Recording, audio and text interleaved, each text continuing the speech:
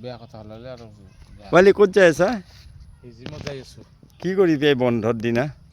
কি কৰোঁ, কৰ্ম আমাৰ সংস্কৃতি ভাই। অৰে বাপৰে, হা আজি আমি আহি আছোঁ হিজিম এজন ব্লাইণ্ড বাচ্চাক ছাপোৰ্ট দিবৰ আব্দুল কাৰণে। ৱাহিদ নাম। আব্দুল ৱাহিদ, ইমান ধুনীয়া পৰিৱেশ। Thank you Sribhumi. Thank you Sribhumi. যদি আমাৰ যদি ইয়াত যদি পষ্টিং নহ'ল হয়, আমি এক্সপিৰিয়েঞ্চটো ল'ব নোৱাৰিলোঁ হয়।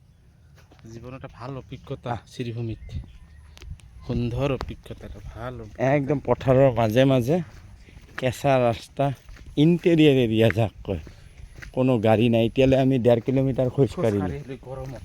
এই গৰমত। ভাগ্য ভাল প্ৰেছাৰৰ টেবলেটটো খাইছোঁ বুলি। 12টা বাজিলৈ 12টা মানে নেচাৰেলি পূৰা একদম ইমান ধুনীয়া।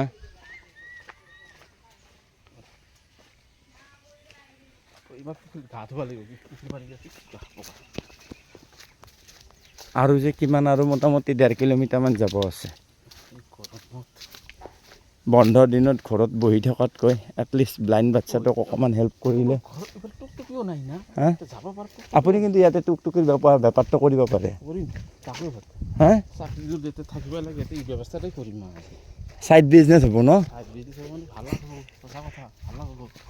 হোম ভিজিটো দিব পাৰিলে, তাৰপাছত ই ৰিক্সাৰ পইচাটোও পালোঁ ন। কি ধুনীয়া ঠাই চাওক ৰাইজ। এতিয়ালৈ ইয়াতে হিজিম যাব পাম না? আচ্ছা ঠিক আছে। আচ্ছা আর কত যাইতে লাগবে? আর কয় কিলোমিটার? না হিজিমটো আৰু না না, এইখানে একটা টিলা টাইপের যে আছে ওখানে সামনে। খারবাড়িতে যাইবা। বাবার নামটা তো আমি চিনি। বেশি নাই, আর সামান্য যাইবা। ঠিক আছে ঠিক আছে, থ্যাংক ইউ দাদা। হে ভগৱান, ৰাস্তা চাওক। এতিয়াও ইয়াতে PMG ৰোডৰ কোনো আহি পোৱা নাই। আমি এনেকৈ গৈ আছোঁ। Thank U.